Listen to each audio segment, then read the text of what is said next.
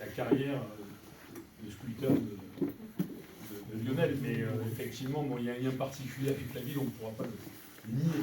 Et puis, un télescopage d'actualité, puisque les viticulteurs de Sérignan fêtent le vin nouveau, c'est le 3e vendredi du mois. Ils ont le droit de démarrer avec le vin nouveau. Et ils font une manifestation sur la promenade. Nous avons fait ça au pied levé, et alors qu'il y avait cette manifestation. Mais c'est pour ça que j'avais promis que je serais là. Et pour parler de Lionel, mais vous en parlerez mieux que moi.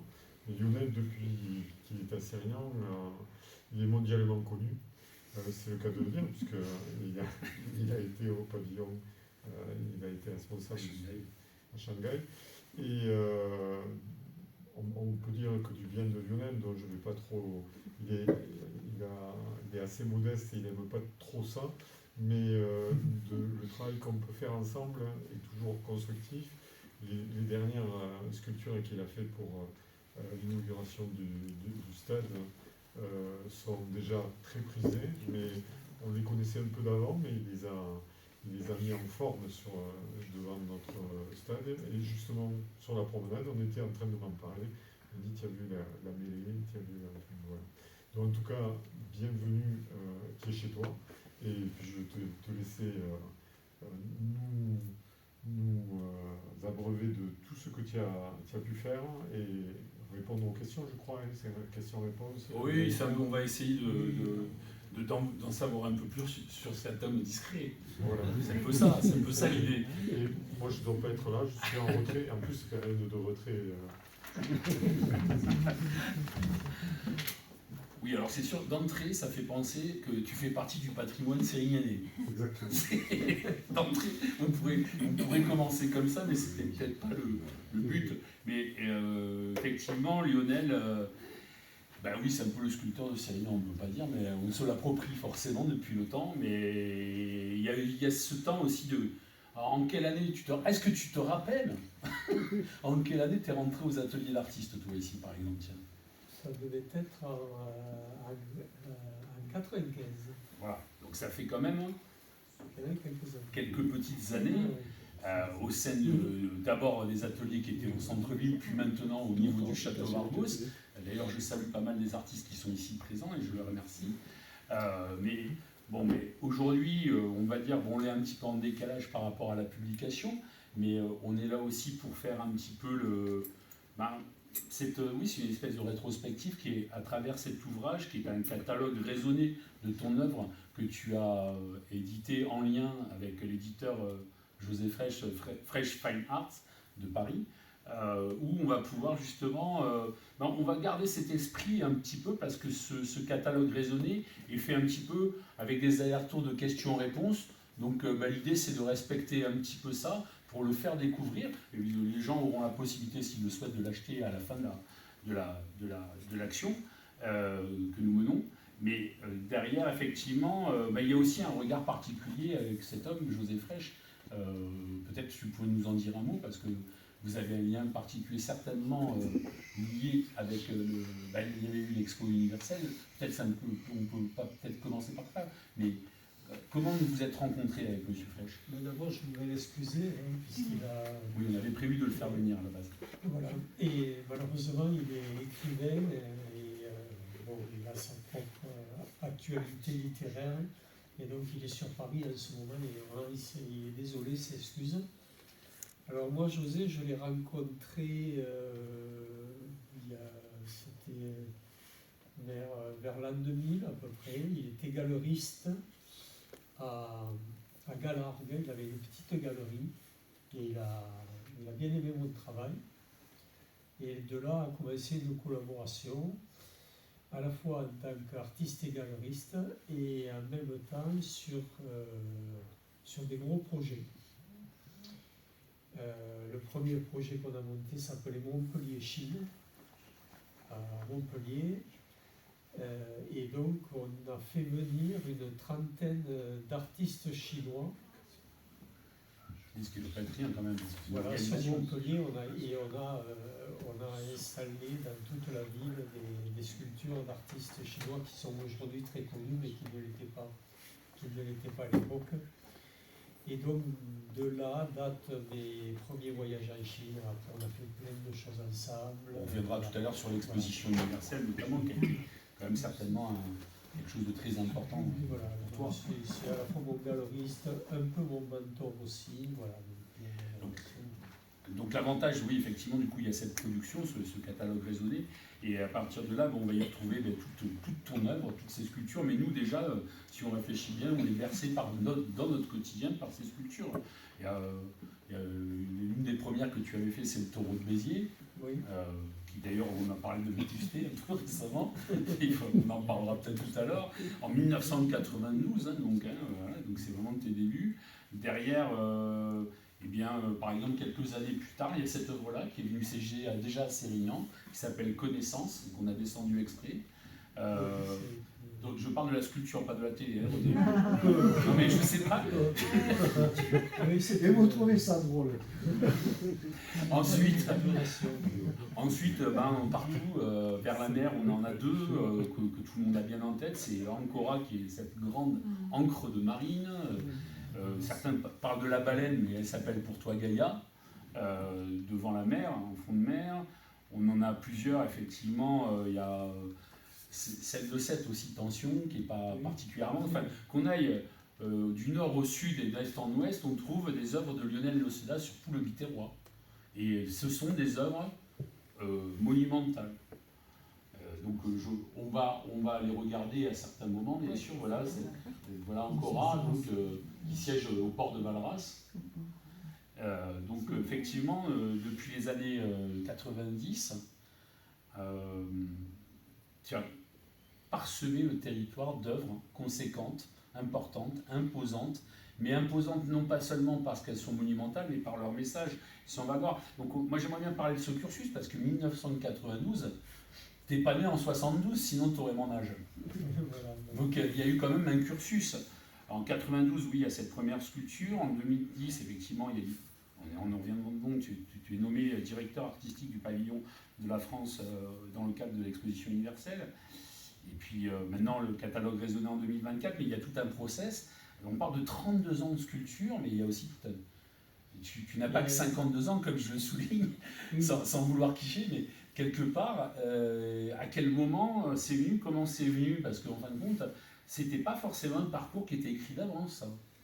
Non, c'est pas un parcours qui est écrit d'avance, mais ça a toujours été là quand même.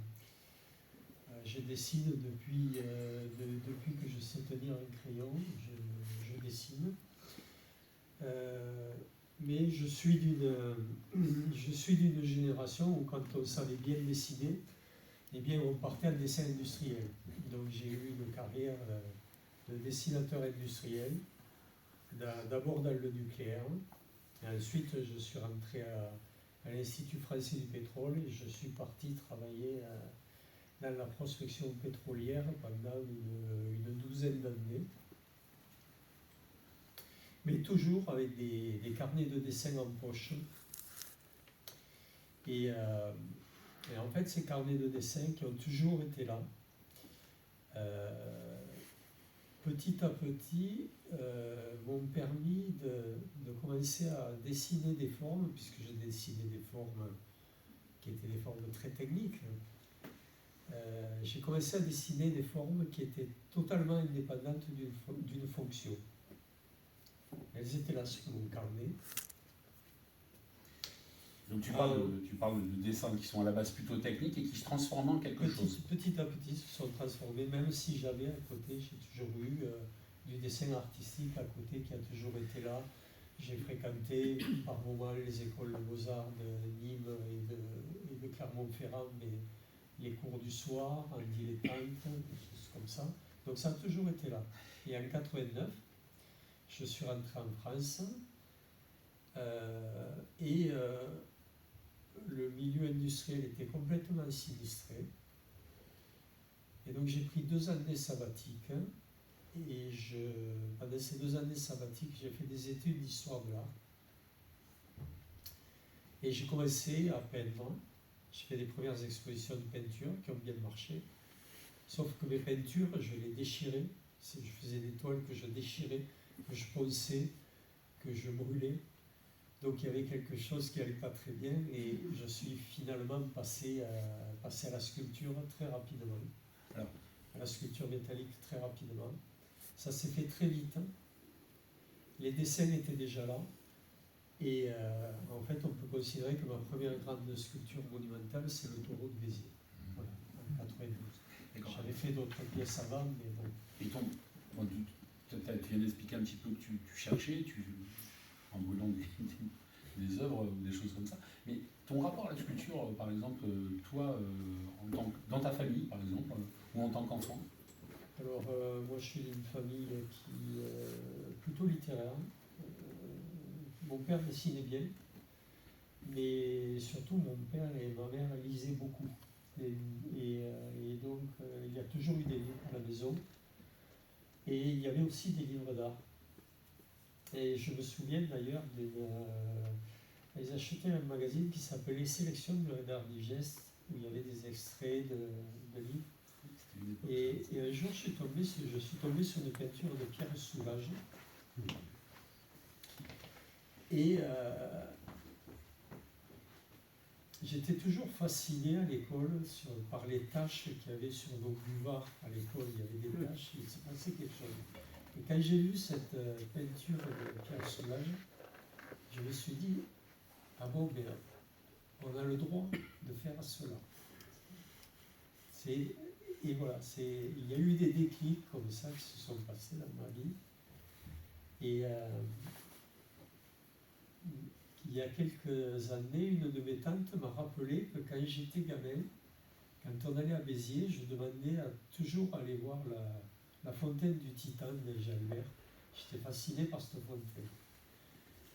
Et quand on montait à Clermont-Ferrand, je demandais à ce qu'on s'arrête à Marvejols, parce qu'à Marvejols, il y avait une sculpture aussi, qui s'appelle La Bête du Gévaudan, qui est fait par un sculpteur qui s'appelle Emmanuel Oriscott. Et il se trouve que quelques années plus tard, et notamment en faisant ce catalogue, alors comment on fait là? Il faut que tu ailles à droite. Pour, voilà le taureau. Avec t'as la flèche à droite peut-être si tu veux. Voilà, donc vous voyez le taureau. Et je vous montre maintenant la bête du Gévaudan. Et il y a un parallèle un peu, oui. Et il y a un parallèle dans les appuis, dans la façon de s'appuyer, de centre-gravité qui va. Le centre-gravité très plat. Donc finalement, c'est quelque chose certainement qui a été intégré dès le départ et voilà, qui m'a suivi longtemps. Comment dire, ce sont des sculptures figuratives. C'était donc mes premières pièces. Mais comment je pourrais expliquer Il y a un autre exemple, je crois, hein, parce que à Béziers aussi, tu avais fait un Sisyphe. Oui, je ne l'ai pas là. Oui, on le voit dans le catalogue. J'ai fait un Sisyphe, qui est une pièce de 2,40 m de haut, pareil, qui pousse un rocher. Et là aussi, qui ressemble au Titane des Jalbert. Donc, il y a quand même des choses qui viennent de très loin de l'enfance. Il y avait cette envie certainement de travailler la matière. On en parlait tout à l'heure aussi. Mes grands-parents habitaient à Nissan, et à Nissan, il y avait un forgeron,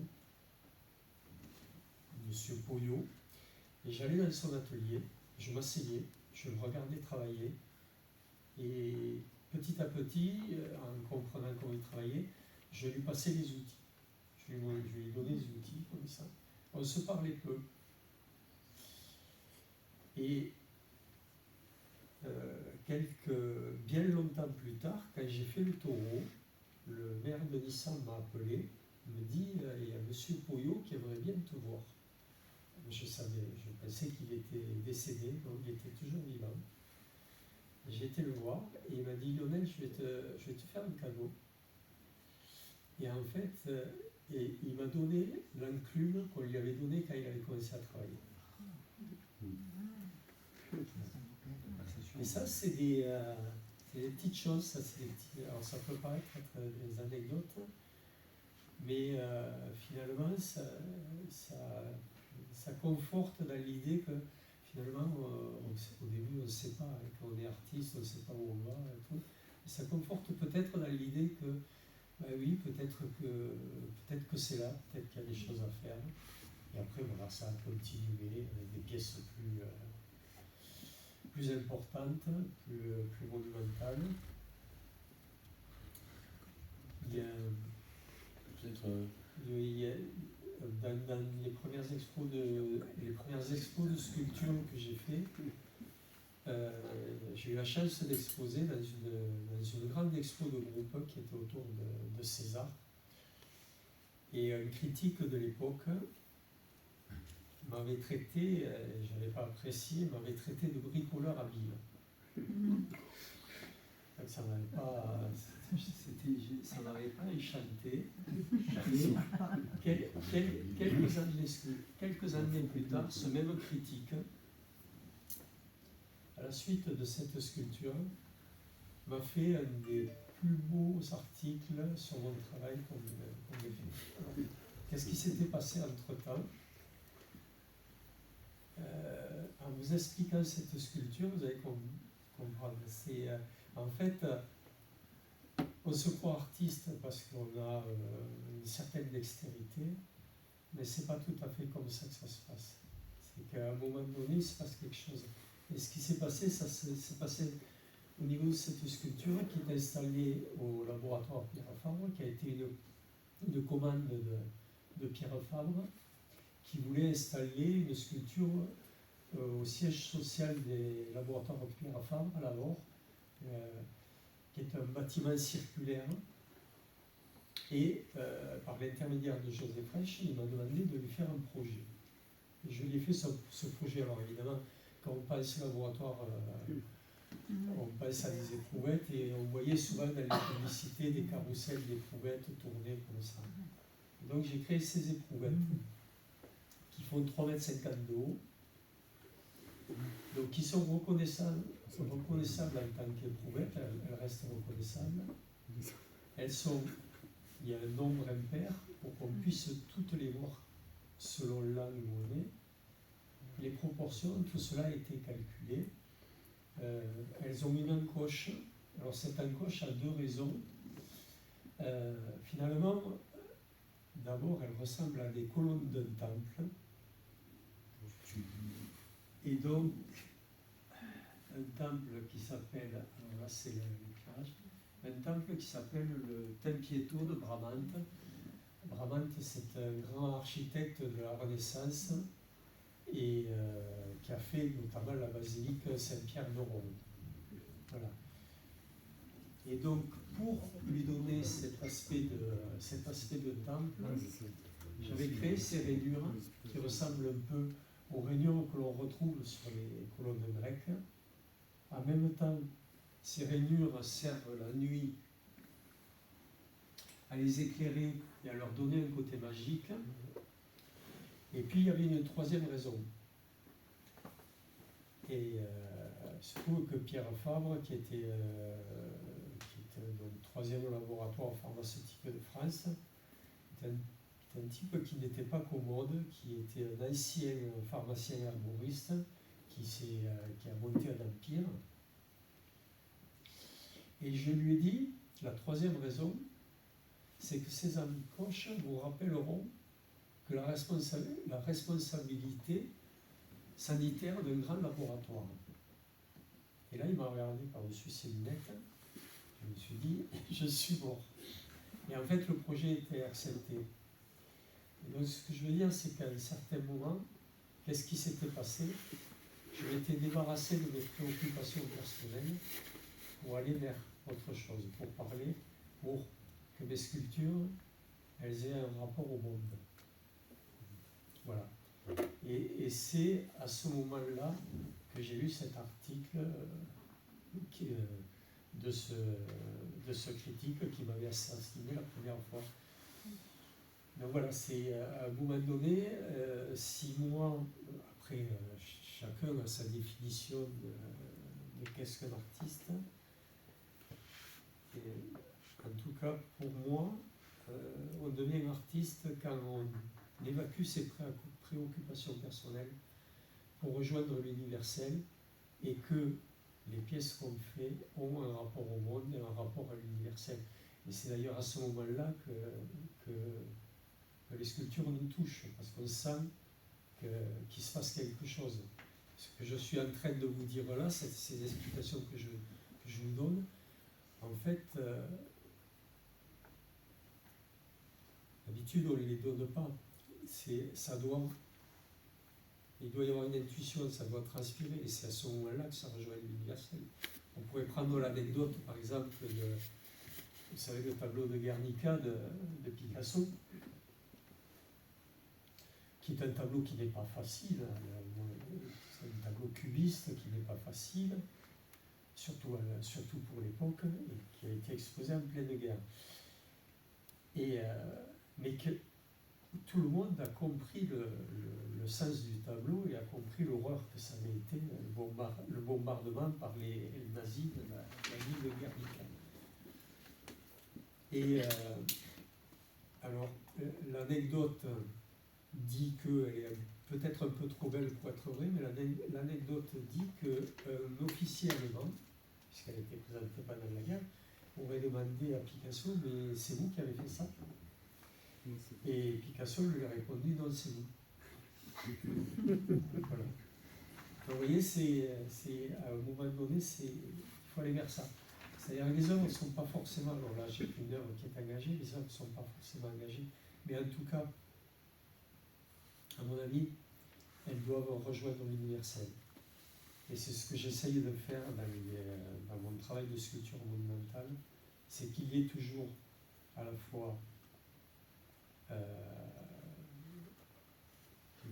une pièce qui s'installe dans l'espace public, dans l'esprit du lieu, avec une histoire, une orientation par rapport au soleil, une architecture, tout, mais derrière, malgré tout, un message.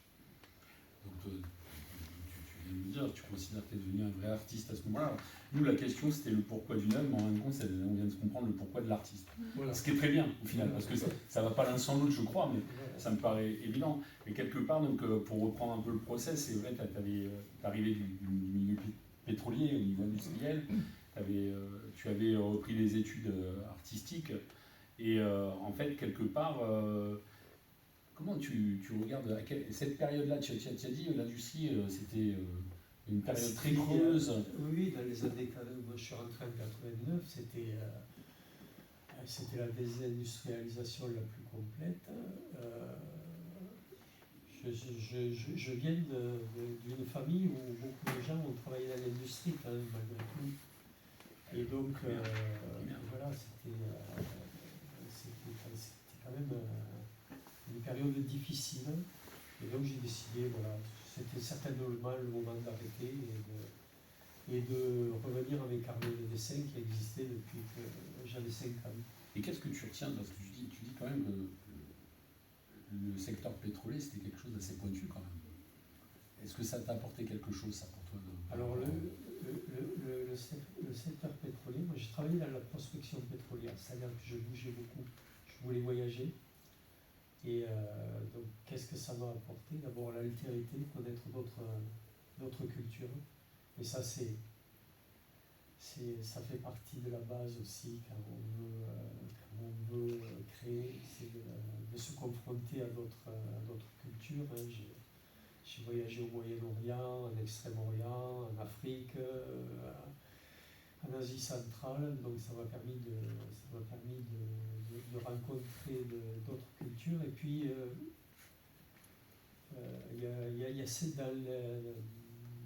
dans le forage pétrolier, il y a cette idée d'aventure aussi, qui me plaisait bien. Voilà. Et donc, quand j'ai arrêté, il n'y avait plus d'aventure. Et donc j'avais repris une autre. C'est une autre aventure que d'aller. Mais c'est marrant parce que paradoxalement, effectivement, c'est un monde en déclin. Le secteur primaire s'essouffle de partout. On l'a bien vu avec le développement du secondaire et du tertiaire dans l'industrie. Et quelque part, c'est aussi un moment, les années 90, où on a arrive à la fin d'une époque dans la sculpture, quelque part. Parce que jusque-là, on était surtout sur de la représentation de formes, qu'elles soient, je sais pas, mais tu viens d'évoquer la guerre, mais oui, à travers la guerre, c'était quoi, l'héroïsme, ou alors parfois la religion, des choses comme ça qu'on mettait en avant dans les sculptures. Est-ce que au moment où toi tu t'es penché sur l'art, sur la sculpture, est-ce que c'est pas un moment où justement l'artiste pouvait s'adresser davantage aux individus? Oui, mais c'est ça, c'est qu'en fait on en avait fini avec la représentation, héroïque, la représentation, on va dire, presque idéologique, aussi à un certain moment, voire politique de la sculpture. Et on arrivait à des choses un peu plus minimalistes et finalement qui s'adressaient directement au regardeur. Donc, c'est vrai que je suis tombé dans une période où en plus, comme étaient en train de revenir ces formes que j'avais dessinées, qui étaient des formes indépendantes d'une fonction, un peu minimalistes, voilà, c'était certainement, il y a eu certainement un croisement, les choses se sont faites. Quelque part, oui, parce qu'en fin de compte, oui, tu dis que tu plongeais dans une nouvelle aventure. Frege, dans le livre, dit c'est de l'audace ou de la folie, mais quelque part. Mais c'est aussi la notion de l'appropriation claire de l'œuvre par le particulier, par le public, je crois, qu'on est en train d'évoquer quelque part. Parce que c'est aussi... toi, tu vas créer une œuvre, hein, et tu viens de dire tout à l'heure, à travers cette œuvre que l'on a vue des Labo Fabre, qu'en fin de compte, tu avais eu un vrai déclic à ce moment-là, mais parce que tu avais fait et opéré une forme de pas de côté un peu, peut-être, oui, et qui a permis quelque part justement de se mettre à disposition. C'est l'artiste aussi qui se met à disposition un petit peu. Est-ce qu'on peut dire ça comme ça? Alors l'espace public, de toute manière, moi je considère que l'espace public, il y a dans l'espace public une notion importante, c'est la compréhension par le plus grand nombre, ou en tout cas la possibilité de dialogue. Et donc quand on crée une sculpture monumentale dans l'espace public, donc il y a un donneur d'ordre, qui est la municipalité souvent, et on travaille avec d'autres corps de métier, puisque souvent ça va de pair avec la réflexion d'un lieu. Et donc, l'artiste doit tenir compte de tout ça, de l'esprit du lieu, de l'idée que s'en font les donneurs d'ordre et des problèmes techniques, logistiques que cela peut poser. Alors, quand on dit ça, on se dit, certains artistes se disent, oui, mais non, je ne vais pas le faire. Je vais y perdre mon âme et ça ne ressemblera pas à ce que je voulais. Ben, moi, c'est le contraire. En fait, je me dis que c'est là où l'aventure commence, c'est-à-dire rester sur quelque chose que je suis capable de défendre, mais qui soit accepté par tout un chacun. Arriver à amener tout le monde dans cette aventure. Voilà. Donc, et ça, c'est ce qui me passionne dans l'espace public. Après, je fais des petites pièces qui sont plus conceptuelles pour les galeries, tout ça, mais dans l'espace public, j'essaye de tenir compte de ça quand une municipalité, quand un maire décide de mettre une sculpture dans sa ville, c'est qu'il aime sa ville. Et donc, il faut participer de cette aventure. Et cette aventure, après, elle ne va plus m'appartenir, elle va appartenir à tout le monde. Donc, j'essaye à chaque fois de tenir compte de tout cela. Alors, tout le monde n'est peut-être pas... ne trouvera pas forcément que j'ai réussi, Mais en tout cas, moi j'essaye de rester dans cette dynamique qui va être portée par, voilà, créer une dynamique qui va être portée par tout le monde en fait. Alors après, on parle de l'acceptation de l'œuvre, de l'appropriation de l'œuvre par le public, quelque part.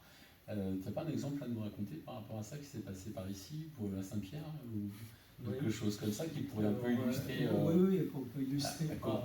Alors c'est pas, ça par contre tu l'avais pas forcément prévu, quoi. Oui, j'avais pas prévu. Ah, ben voilà. Donc, on pourrait les décrire une après l'autre. un jour, un copain artiste m'appelle, il me dit Lionel, il faut que tu ailles à Valras, c'est une catastrophe. Je lui dis qu'est-ce qui se passe? Il me dit va voir ton encre, c'est une catastrophe. Donc je vais voir mon encre et elle était couverte de gerbes de fleurs. J'ai réfléchi 5 minutes, j'ai dit tiens c'est bizarre quand même. Et en fait c'était la fête de la Saint-Pierre. Alors cette encre qui est plantée dans le sol, hein, comme une pioche un peu, elle part d'un livre de Victor Hugo qui s'appelle Les Travailleurs de la mer. Et finalement,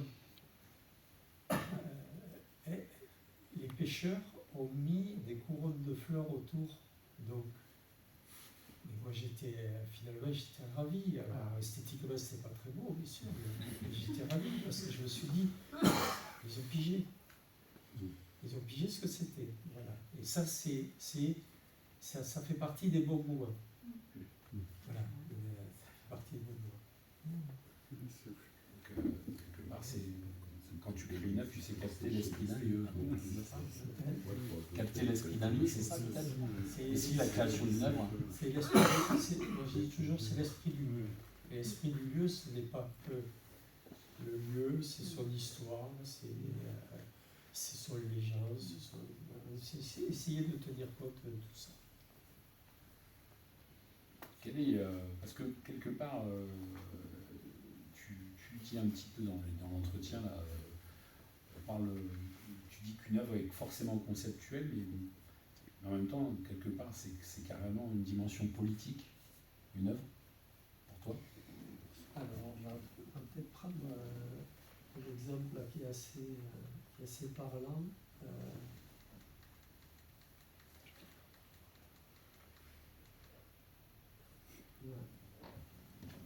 Donc ça, c'est un dessin. C'est un dessin que j'ai repris en rentrant en France, mais qui est fait à partir d'un croquis qui a été fait lors de mon premier voyage en Chine. Et où, dans une plaine, il y avait des poteaux, mais alors des poteaux à perte de vue en ligne, comme ça, avec, vous voyez, la traverse de béton qu'on voit. Alors il devait, certainement, ça devait être la construction d'une ligne de TGV, quelque chose comme ça. Et ce voyage en Chine m'avait tellement marqué que j'ai fait ce dessin à partir de ce pilier, cette traverse, d'une colonne grecque qui soutiendrait une autoroute brisée. Et pourquoi j'ai fait ce dessin? Même parce que ce voyage en Chine qui a changé qui quelque part a changé ma vision du monde. Hein. Finalement, je me suis rendu compte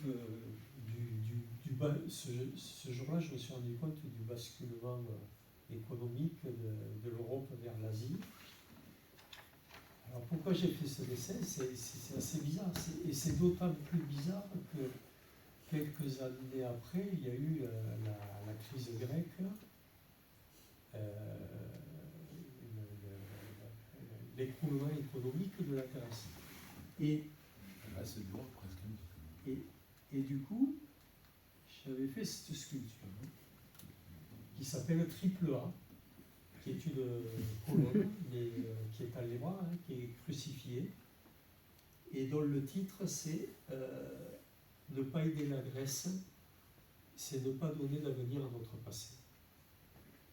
Voilà. Donc la dimension politique d'une œuvre, elle peut être là.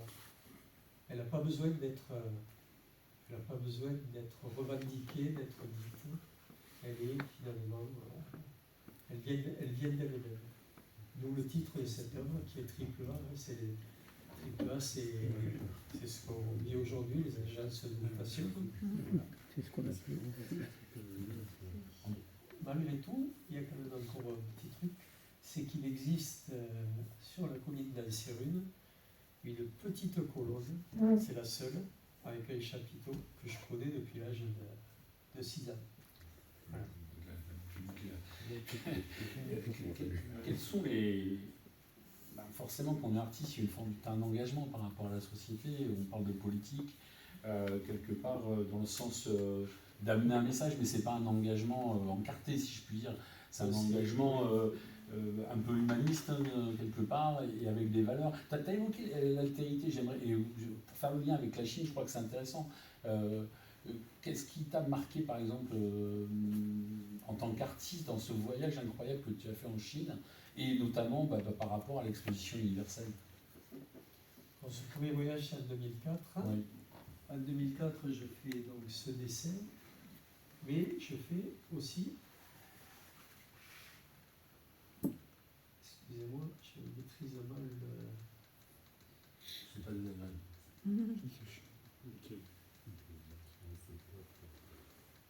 Je fais aussi celui-ci.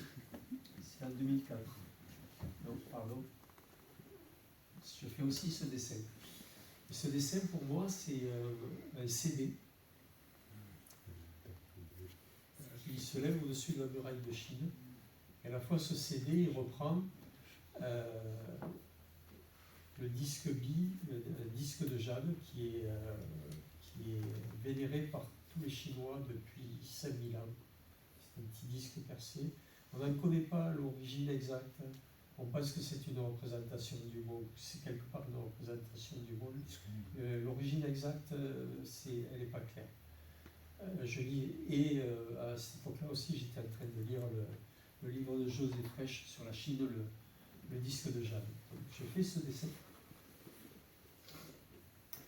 Et quelques années plus tard, José Frêche me propose de devenir le directeur artistique du pavillon de la France à l'exposition universelle. Donc là, c'est une autre aventure, et quand on parle d'altérité, c'est une autre aventure, parce que là, je mets mon côté artiste de côté. Moi, je suis le directeur artistique du pavillon, et je suis là pour montrer les richesses artistiques de la France. Voilà. Donc, comment dire, double casquette à ce moment-là, je me retire, j'essaye de montrer à nos amis chinois ce qu'est la France. Et voilà, donc quand on parle d'altérité, ça va dans les deux sens. Mais j'en ai quand même profité, du coup, pour faire cette pièce que j'avais dessinée 6 ans plus tôt. Voilà, qui doit le pavillon. Et par rapport à cette pièce, tu m'as expliqué quelque chose techniquement, parce qu'en fin de compte, la réalisation est revenue à la part chinoise de la force, si je puis dire. Et en fait, l'altérité, elle est là aussi, quelque part, sur la différence de la manière de travailler. Non, sur la manière de travailler, moi, quand j'ai vu comment ils travaillaient, j'ai dit, ils n'y arriveront pas. La première fois que j'ai vu mon disque, je me suis arraché les cheveux, je me suis dit, mais jamais, ils y arriveront. Il était tout gondolé, il y avait des soudures partout. Et ils ont sorti ce petit bijou, qui, je pense, a été photographié par Jean-Paul Paichon. Voilà. C'est vrai. Hein, voilà. Et donc, alors qu'il y a des particularités, notamment une particularité, c'est que quand on le prend sur champ, il a une incidence de 4 degrés, ce qui lui permet de refléter les perspectives. La perspective du pavillon se reflète dedans. Et oui, c'est tout blanc, presque exactement, parce que en fait, j'ai triché sur la courbure qui reprend un peu la courbure de l'œil. Donc il n'y a pas de décalage de perspective. Vous savez, quand vous mettez un bâton dans l'eau, tac, tac, on a l'impression qu'il est. Et là, on a pas ça. Voilà.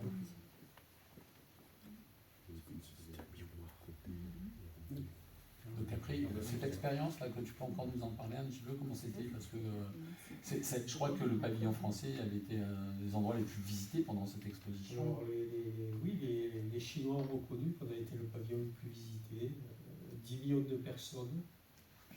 Ça veut dire que pendant 6 mois, le pavillon France a été le bâtiment français le plus visité devant le Louvre, Tour Eiffel. Donc, de réussite de l'architecte Jacques Ferrier, avec qui j'ai collaboré. Là aussi une aventure, puisque notre directeur technique de la ville de Paris a démissionné. Et c'est moi qui me suis retrouvé, en plus d'être directeur artistique, je me suis retrouvé directeur technique du pavillon. Donc, je peux poser une question sur l'œuvre. L'épaisseur du disque. L'épaisseur du disque, au centre environ 10 cm et au bord 4 cm.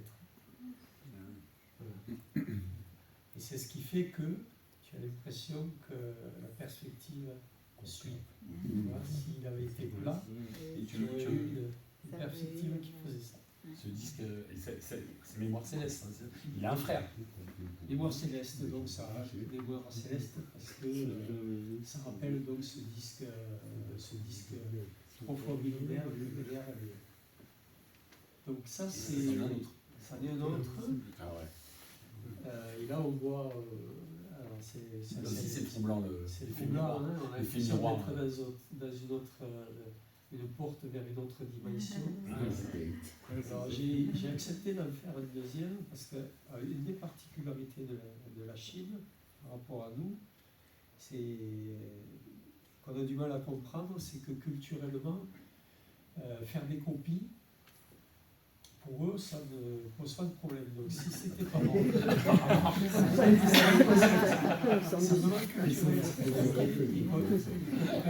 ils ne comprennent pas qu'on ne puisse pas copier quelque chose qui était fait. Donc j'ai accepté de faire le deuxième, parce que si je n'avais pas accepté, il l'aurait fait quand même. Avec quel matériau aussi? C'est que de l'inox. C'est de l'inox polyvinyl. C'est poli, simplement. Oui. Ce qui est troublant, c'est franchement l'illusion optique. Hein. C'est vrai que ça pourrait faire porte de passage vers un autre monde. Voilà, quelque chose comme ça. Ça crée une autre dimension. En fin de compte, aussi, peut-être qu'on pourrait le moment de faire un point sur les thèmes qui t'ont animé ou qui t'animent. Tu avais commencé avec effectivement un taureau, donc les animaux, tu as fait un deuxième, je crois que tu as fait un deuxième animal à un moment donné ici. Oui, j'ai fait le blason du village où j'ai passé mon enfance, à Nissan. C'est un lévrier. Je sais pas où il est. Ah, il y a une baleine aussi. Il y a une baleine aussi, ouais. Dans le côté bestiaire. Voilà. Donc c'est un lévrier, c'est le blason de la ville de Nissan. Et c'était pas une commande, tu me disais. C'était pas une commande, ça, en non, fait. Hein. C'était pas une commande. La ville m'a demandé de faire quelque chose et j'ai eu envie de faire ce lévrier, voilà, que j'avais toujours lu sur les blasons de la ville. Et, donc, je me suis jamais interdit là aussi, je disais tout à l'heure que travailler en synergie avec le monde. Je pense qu'on ne perd pas son âme. Et je ne me suis jamais interdit, quand l'intention était là, de faire des sculptures figuratives, de faire des sculptures abstraites. Voilà. C'est toujours pareil, hein, c'est en fonction de l'esprit du lieu, en fonction de la façon dont je décide aussi. Hein.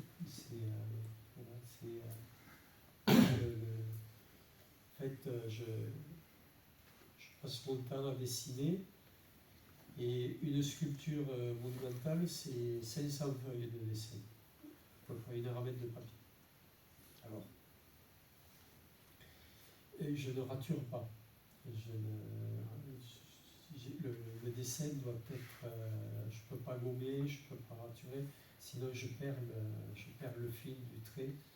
Et donc, avant qu'une sculpture soit, c'est pas prétentieux, c'est vraiment pour moi d'une évidence indiscutable, c'est-à-dire qu'elle est vraiment là, j'ai plus besoin après je peux passer à la fabrication, c'est 500 feuilles de dessin.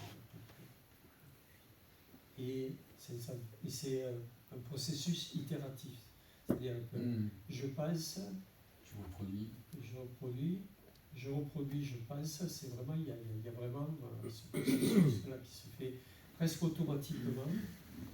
Et des phrases aussi, hein, parce que les phrases c'est important. On parle des sculptures dans l'espace public. Il faut savoir rester simple. Il faut à un moment donné, pour les donneurs d'ordre, en fait, il ne faut pas essayer de rentrer dans des réflexions, dans l'ambiquer, des choses comme ça. Il faut essayer de trouver une phrase où il y aura l'essentiel.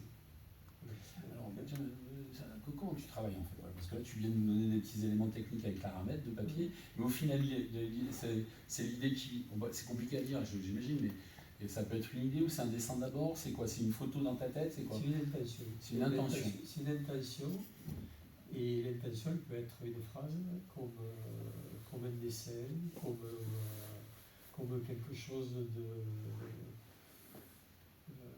vu dans l'actualité.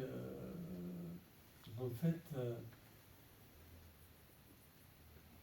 ce que j'essaye de faire, c'est et ce qui est le plus difficile, c'est de ne pas avoir d'inhibition, non pas pour viser la transgression, mais pour mettre au même niveau une idée, un détail, une anecdote, une pensée plus intellectuelle, de mettre tout ça au même niveau. Et voilà, c'est ça qui est en fait le plus difficile, et en même temps d'essayer de rester dans quelque chose. C'est pour ça que je dis qu'une petite phrase courte, c'est important. C'est d'essayer de rester dans quelque chose que je vais pouvoir ensuite défendre. Mais défendre honnêtement. Voilà. Bon, après, quand même, dans le process, il y a quand même, vu que tu as fait quand même des œuvres monumentales, il y a quelques dessins et quelques miniatures devant nous. Tu as toujours fait des miniatures des œuvres monumentales? Alors, c'est un process un peu obligatoire, non? Parfois, je fais des maquettes. Parfois, il y a des pièces qui deviennent des pièces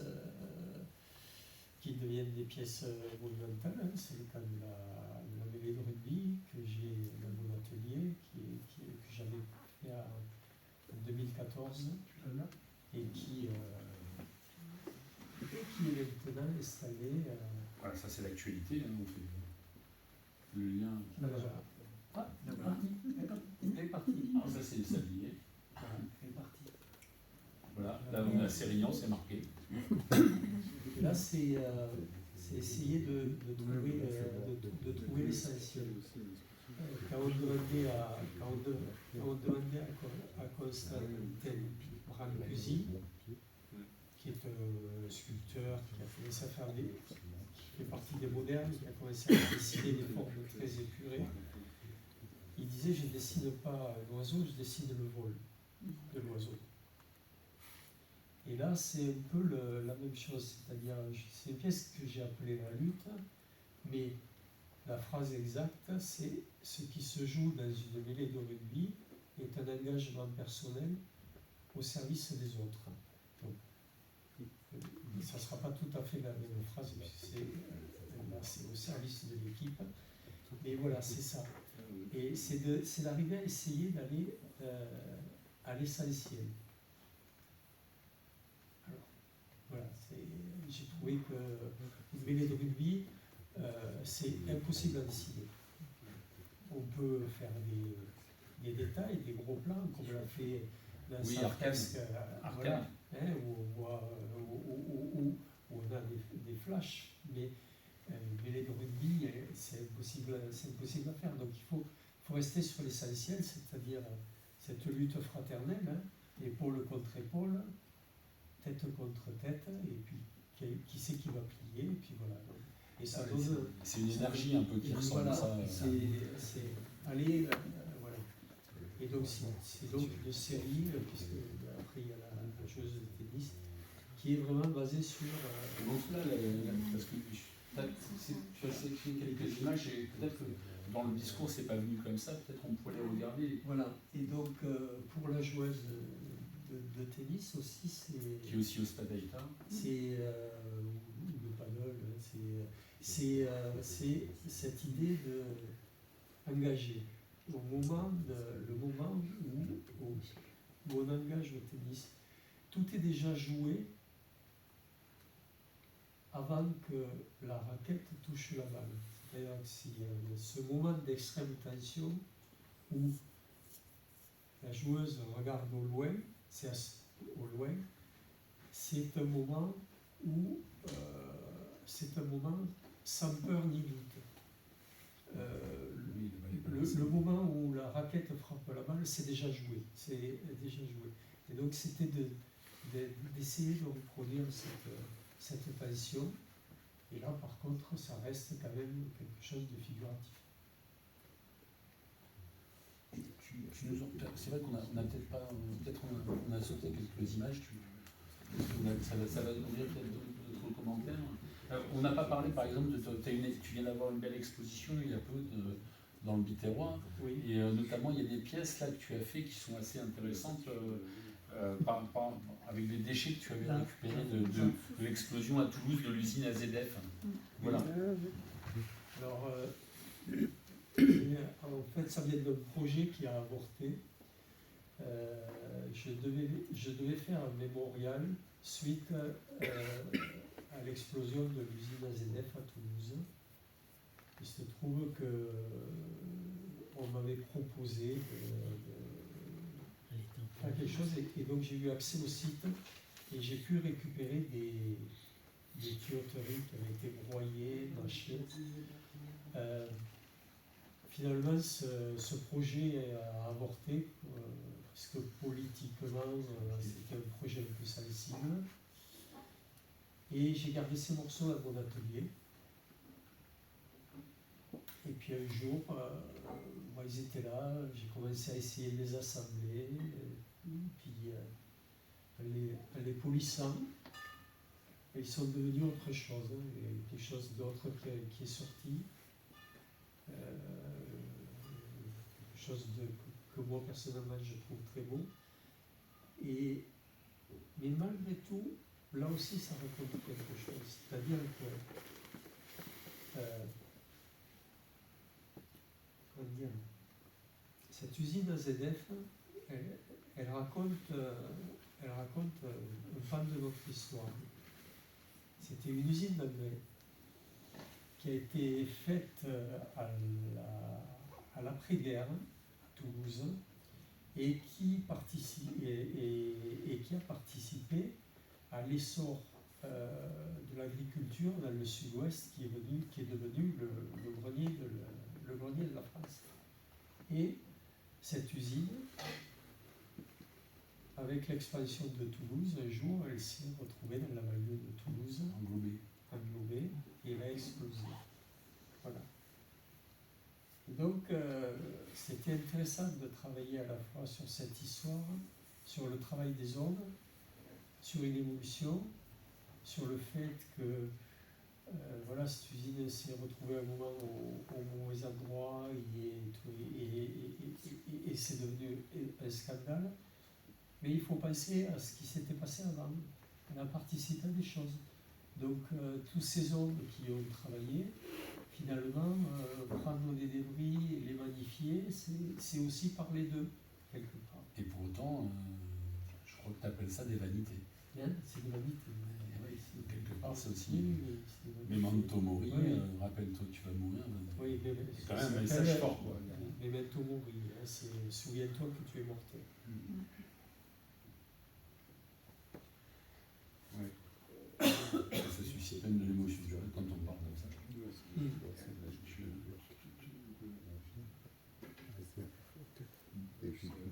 Je ne sais pas, peut-être on finit.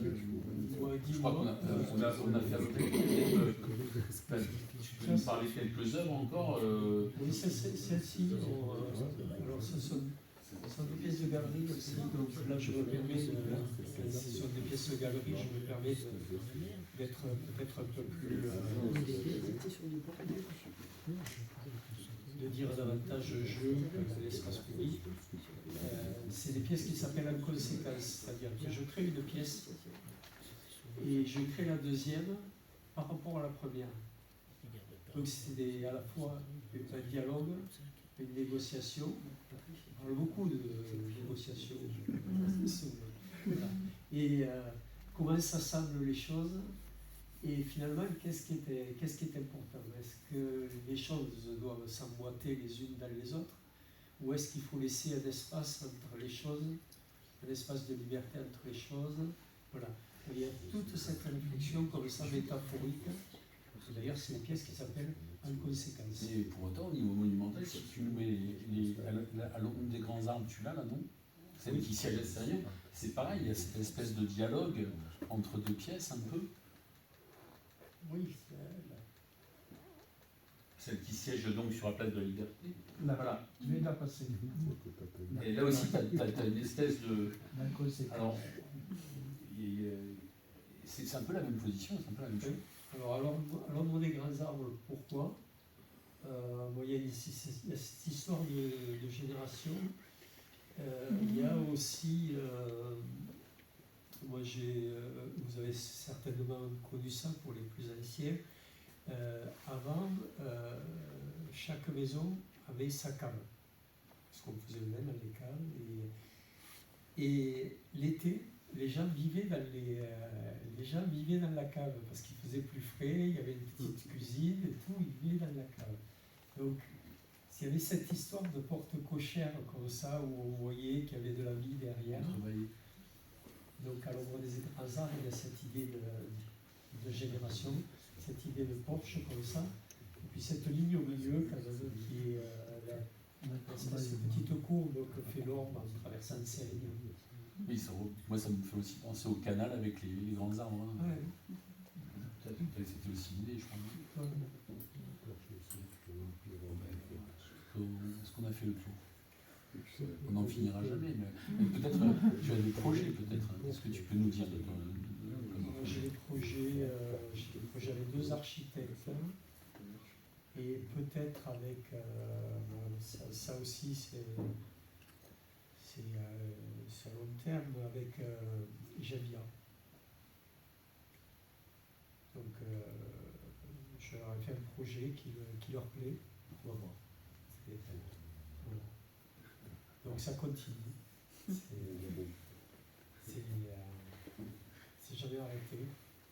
Donc pas de retraite. Peut-être c'est le moment de. Si vous avez des questions, peut-être. Après, on partagera le verre de l'amitié. Et comme je vous l'ai dit, Lionel propose à la vente tes livres, justement, ce catalogue raisonné. Et si vous avez des questions, peut-être techniques ou personnelles, je ne sais pas. Je crois qu'on. Lionel, est-ce que tu as encore quelque chose à rajouter, peut-être? Non, écoute, je te remercie de m'avoir accueilli. Merci aussi Nous sommes contents de t'avoir sur ce canal. Je remercie la ville de Sérignan parce que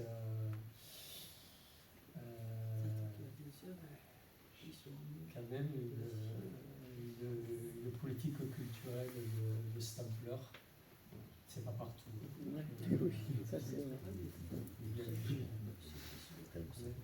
Donc, bravo.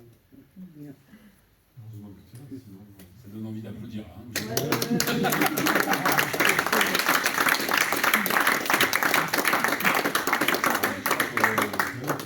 Tes grands arbres ne pousse pas, parce que maintenant, si tu refaisais la photo, l'arbre est passé par-dessus.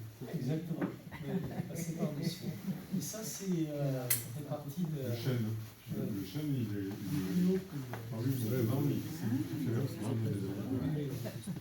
Ça fait partie de la vie d'une sculpture. Hein. Elle évolue. Et regarde même l'ombre, parce qu'il y a l'ombre, on a c'est un peu. Et là, maintenant, c'est l'arbre qui est pas saisi, mais l'arbre c'est bien développé.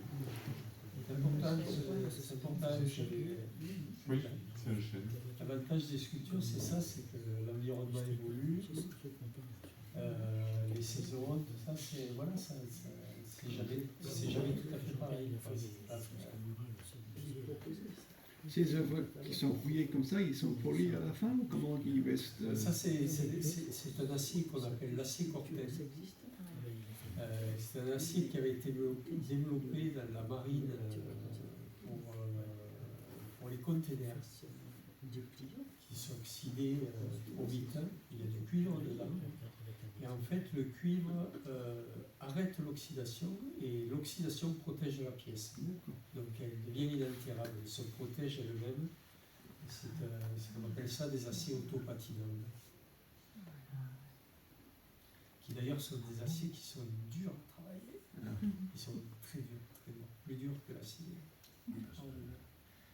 C'est vrai que quand les hommes finissent, tu as dû quand même avoir quelques galères avec ces pièces monumentales. Des fois, toi, dans ton atelier, tu peux avoir pas mal de copains.